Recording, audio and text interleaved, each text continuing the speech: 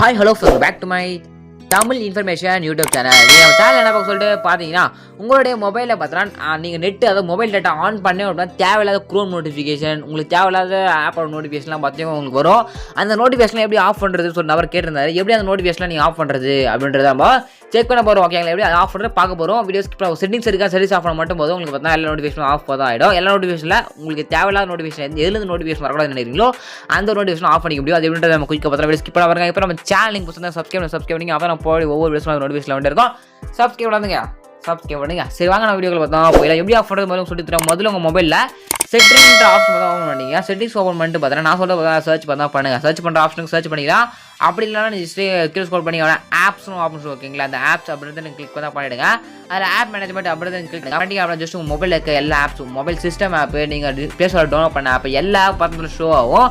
உங்களுக்கு எதுலேருந்து நோட்டிஃபிகேஷன் வருதுன்னு சொல்லிட்டு நீங்கள் ஃபஸ்ட்டு கண்டுபிடிக்கணும். அதுக்கு நீங்கள் நெட்டை ஆன் பண்ணோடனே பார்த்தீங்கன்னா உங்களுக்கு மேலே நோட்டிஃபிகேஷன் வரும். ஓகே, நீங்கள் நெட் ஆன் பண்ணி அந்த மேலே நோட்டிஃபிகேஷன் வந்து பார்த்தீங்கன்னா அந்த இடத்துல எந்த ஆப்லேருந்து நோட்டிஃபிகேஷன் செக் பண்ணுங்கள். லோகோ இருக்கும். ஓகே, சைடில் லோகோ இருக்கும். அந்த லோகோ கரெக்டாக செலக்ட் பண்ணுங்கள். அந்த லோகோ எதுலேருந்து வந்து உங்களுக்கு தேவையில்லாத எக்ஸாம்பிளாக சொல்கிறேன். நான் எக்ஸாம்பிள் க்ரோமில் தான் அது நோட்டிஃபிகேஷன் வரும். இங்கே பார்த்தீங்கன்னா க்ரோம்னு இருக்கும். ஜஸ்ட் அந்த க்ரோம்ன்றதை நான் கிளிக் பண்ணுறேன்.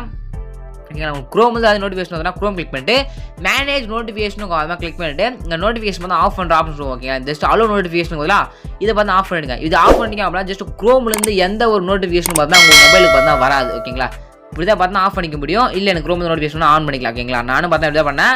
அதுக்கப்புறம் பார்த்தோன்னா இல்லை ப்ரோ எனக்கு க்ரோம்லேருந்து தான் வரல, ஆனால் எனக்கு கூகுள்லேருந்து வருது, இல்லை ஃப்ளிப்கார்ட்லேருந்து வருது, இல்லை மீஷோலேருந்து வருது, இல்லை ஜிமெயிலேருந்து வருது, கூகுள்லேருந்து வருது, ப்ளே ஸ்டோர்லேருந்து வருது அப்படின்னா, இல்லை ஜிபேலேருந்து அப்படின்னா கிளிக் பண்ணுறீங்க. அவ்வளோ மேனேஜ் நோட்டிஃபிகேஷன் போகிறீங்க. இதில் ஆஃப் பண்ணுற ஆப்ஷன் அலோ நோட்டிஃபிகேஷன் அப்படின்றத ஆஃப் பண்ணிடுங்க. எல்லாத்துக்கும் பார்த்தா ஷோ ஆகும் இந்த மாதிரி நோட்டிஃபிகேஷன் ஆஃப் பண்ணுறது.